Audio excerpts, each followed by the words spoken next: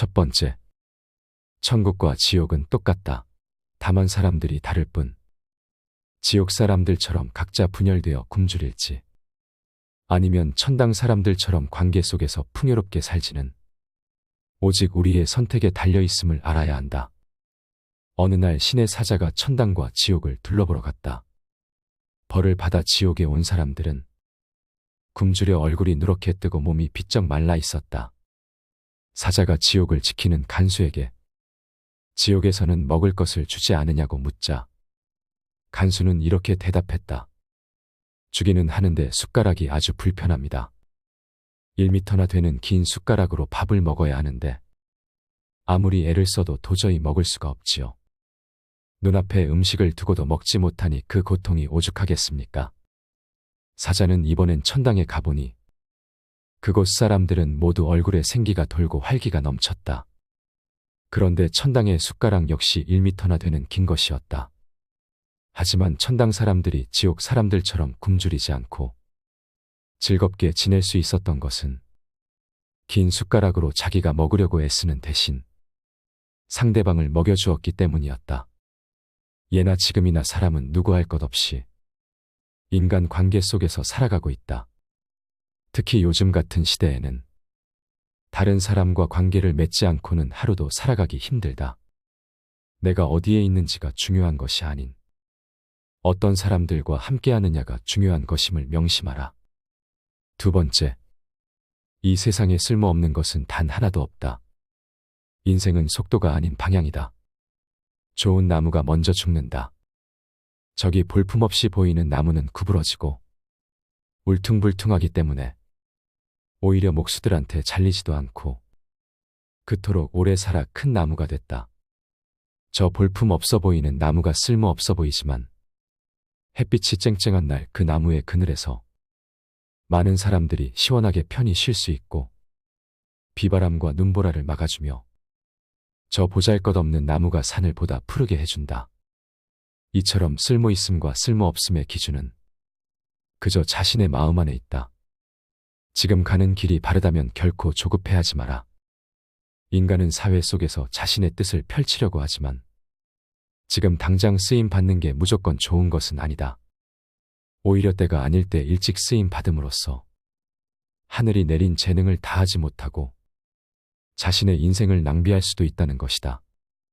지금 당장 쓰여져 기뻐할 이도 많겠지만 지쳐 병에 걸려 죽는다면 아직 쓰이지 않은 것만 못하다. 인생은 속도가 아니라 방향임을 명심하라. 무조건 일찍 성공가도를 달린다고 마지막까지 행복한 삶을 살 것이라는 보장은 없는 법이다. 세 번째, 다른 사람의 말을 할 때는 더없이 신중하라. 자기가 아닌 다른 사람의 말을 할 때는 언제나 더없이 신중한 자세로 임해야 한다. 보지 않았거든 보았다 하지 말고 듣지 않았거든 들었다 하지 말라. 그릇된 선입견이 나의 눈을 멀게 하고 요망한 새치혀가 나의 입을 갉아먹는다. 타인의 겉모습이 화려하다고 그 사람 속내까지 요란한 게 아니며 타인의 차림새가 남루하다고 그 사람 지갑까지 빈곤한 것은 아니다. 그 사람과 말 한마디 섞어보지 않았다면 결코 다른 사람을 평가하거나 함부로 남의 말을 하지 마라. 예로부터 사람들은 그 입 때문에 대부분 스스로를 망하게 했다. 칭찬에 발이 달려있다면 험담에는 날개가 달려있다. 나의 말은 반드시 전달된다. 나의 입이 바로 그릇이고 인격임을 명심해야 한다. 혀를 다스리는 것은 나지만 내뱉은 말이 결국 나를 다스린다. 네 번째, 가까이 할 사람과 멀리 할 사람을 구분하라. 무릇 올바른 길로 다가오는 자와는 벗하고 잘못된 길로 다가오는 자는 피하도록 하라. 질 나쁜 것을 묻는 자에게는 대답하지 말 것이며 질 나쁜 것을 말하는 자에게는 묻지 말 것이며 다투려고 하는 자와는 더불어 논쟁하지 말라. 옛 성인을 본받으려고 힘쓰고 학문에 방해가 되는 것은 멀리하며 부단히 자신을 갈고 닦도록 힘써야 한다. 사람을 사귐에 있어서 경솔하지 않아야 한다. 만일 이런 경솔한 사람을 피할 수 없거든 그저 어리고 유치한 태도로 대하라. 상대가 어린아이처럼 어리고 유치한 행동을 한다면 가르치는 쪽도 역시 어리고 유치한 태도로서 해야 한다. 결코 무리하게 해서는 안 되는 것이다. 그리하면 상대방도 더 이상 너에게 해를 가하지 못할 것이다. 풀과 나무들은 무리를 이루어 자라나고 새와 짐승은 서로 때를 지어 살아가는데 세상 만물은 자기 무리를 따르기 때문이다. 5번째, 겉모습은 바꿔야 하지만 결코 속마음은 바꿔서는 안 된다. 그 사람이 그 사람인 까닭은 마음속에 바뀌지 않는 자기만의 고유한 것을 품고 있기 때문이다. 겉모습은 얼마든지 바꿔도 된다. 우리는 겉모습을 부드럽게 하고 다른 사람들이 하는 대로 따라하면서 살아갈 수 있다. 하지만 우리에겐 겉모습만 있는 것이 아니다.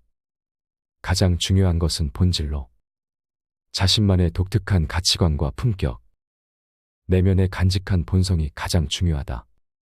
이것이 바로 속마음이다. 살아가다 보면 살아가기 위해 때로는 많은 것을 내려놓아야 하지만 어떤 일이 있어도 반드시 지켜야 할 것도 있다. 우리 밖에 펼쳐진 끝없이 넓은 세계는 하루가 다르게 변화하고 있고 매일매일 새로운 상황이 펼쳐지고 새로운 규칙들이 만들어진다. 이것은 저마다 새롭게 받아들여야 할 기준이며 좌표다. 겉모습은 바꾸지만 속마음은 바꾸지 않는다는 것은 이러한 바깥 세계의 변화에 대해서는 통달하고 순응해야 하는 모습을 보여야 하지만 그 마음속으로는 타고난 본질을 품고 본질을 타락시키지 않도록 해야 한다. 6번째, 남이 한다고 따라서 행동하지 마라. 바다를 건너려면 배를 타야 하고 육지를 가려면 수레를 타야 한다. 그런데 어떤 사람들은 배를 타고 육지를 가려고 한다. 그들이 평생 동안 단 한 치의 거리도 갈 수 없는 것은 당연한 이치다. 노나라는 주나라에서 시행되는 모든 제도를 따라서 하려고 했지만 그것은 결국 배를 타고 육지를 가려고 하는 것과 같아서 아무리 노력해도 할 수가 없었다.